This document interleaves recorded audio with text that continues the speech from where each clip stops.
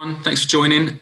Today's presser will be in three parts. We'll start with the broadcasts, then move on to the dailies and Sundays. If you'd like to ask a question, please use the wave function.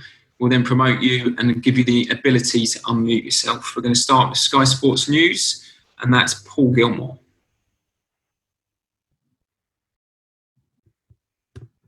Hi, Frank. Hi, Paul.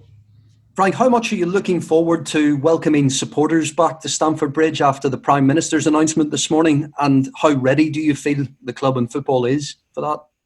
Yeah, and I'm very excited to welcome our fans back. Not just our fans. I think we all crave, in the country, we've been craving fans to be back at games, for the atmosphere, for what it means to the game here. And obviously, if and when done in the right way, with the right precautions, I think football, from being within it, has made some really good steps in difficult conditions over the last few months, and hopefully we keep making forward steps and we get our fans back in the stadiums. They obviously won't be there for the big game this weekend at Wembley. How is the squad injury-wise, and how do you stop this United front three and Bruno Fernandes?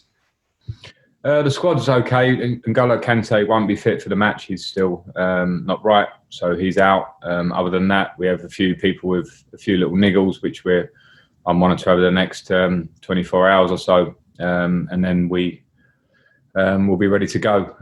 We know they're playing well. They've got a very, very potent front three, the most potent front three probably in the country on pure numbers anyway, in terms of goals. And obviously Fernandes has made a huge difference coming in January. So you see that the strength that's brought to their team with individual qualities.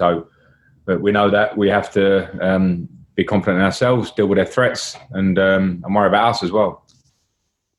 How's Ziyech settled in this week with his new teammates?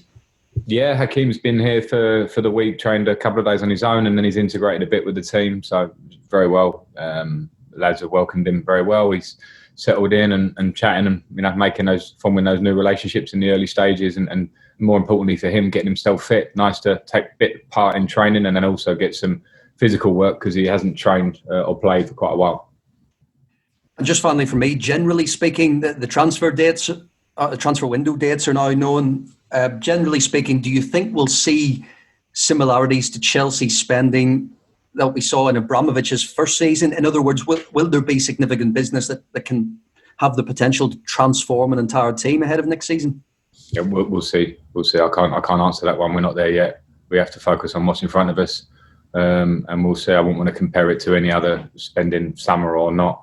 We'll see how I feel and we feel as a club. The squads need strengthening or the balance needs changing. If it does, and we make moves, great. But at the moment, we don't know.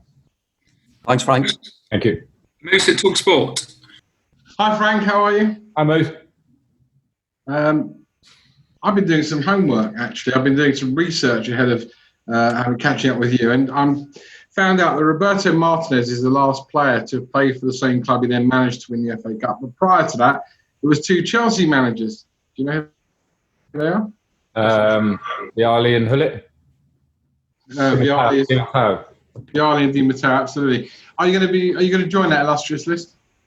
Well, we've got Manchester United in front of us and then Man City or Arsenal in front of us after that. So there's a lot of work to do to join the illustrious list of two. Well, it did it as well. In all seriousness, this is big for you, isn't it? I know you've got massive games against Liverpool and Wolves to try and get a top four, and that might be dominating your thoughts. But in terms of winning a trophy, I mean, your old manager, Jose Mourinho, always wanted to win a trophy straight off a new club, and I guess now you're within sight or within touching distance, you want to do the same. Yeah, of course we do. Of course we do at Chelsea, and considering where we are, we're in the semi-final. We know what's in front of us, and the league is obviously huge as well, as you say. But at this point, you fight on two fronts in terms of on the domestic front, and we have to give everything to try and do that. You know, a club like Chelsea will always want to win these kind of trophies. It's what we've done pretty well, actually very well in the modern era. And of course, it feels like we're in a slightly different position this year because of the circumstances of the season. But we have an opportunity, and it's up to the players and ourselves to make the best of it on Sunday. But we're playing a very good team, Moose. We know that they're in good form, and whoever would await us in the final would be a very good team. So the work is to be done. And one last one. You've obviously stated, I think everyone states the fact that what Boris Johnson said about fans coming back is welcome. Do you think it will improve the product on the pitch? Because there have been some critics of your game the other night against Norwich and plenty of other games. I went to Spurs Everton, which was hardly a great watch either. Do you think the fact that the players will feed off the fans coming back in? Yeah, maybe, but I think it's a bit harsh. I think we've all sat through some pretty difficult games to watch with 40,000 in the stadium as well, wherever it be in the country. So I think we're probably focusing a little bit much on it. But I think naturally, I think with fans, with the atmosphere that they bring to the game and the edge that they can maybe give it, we might see something different. But to be fair to the players in this period, with short on fitness probably at the start of these games, coming to terms with the circumstances, I think the games have been pretty good in a big sense, and hopefully they will improve, of course, when the fans are back. Thanks, Bruce. Nick Pewell, PA. Hi, Frank. Ole Gunnar Solskjaer said that he thought the way the scheduling had happened, the authorities had given Chelsea an unfair advantage for this game this weekend. I know, obviously, he was talking about the authorities, so that's not your problem or your making. But do you think that's valid? Do you have an unfair advantage this weekend? No, I don't think we do. I think we've played Saturday, Tuesday this week. They've played on Monday and Thursday. So we both played 2 games in this week as it stands. We're in a period where we're playing games all the time, very regularly. And you become play, recover, play again, recover, and you work with the squad as it is. And it's an age-old question. A lot of managers, you probably dig out times when I've mentioned it, but at the same time, it isn't about advantage or not. Sometimes it works in your favour to be playing regularly and ticking over. I don't see it. Okay, last question in this section. Tom Hamilton, ESPN. Hi, Frank. I'm just wondering on Christian Pulisic, what sort of improvements have you seen this season? Where perhaps do you want to see him grow, I guess, over the next year or so? And what do you hope to see from him at the weekend?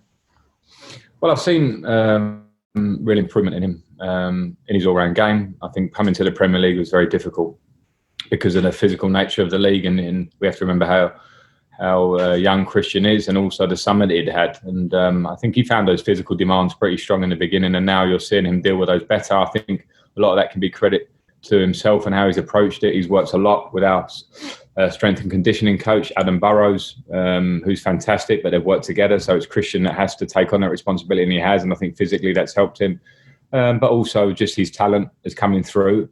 I want probably looking forward to probably see more of what he's showing in recent time, which is goals and assists, because that's what the best in the world do in that position. I feel he has the capabilities to do that as he improves. That for me can be the edge as his game goes on and moves on levels. Okay, that's the end of the broadcast section. So we'll turn the virtual camera.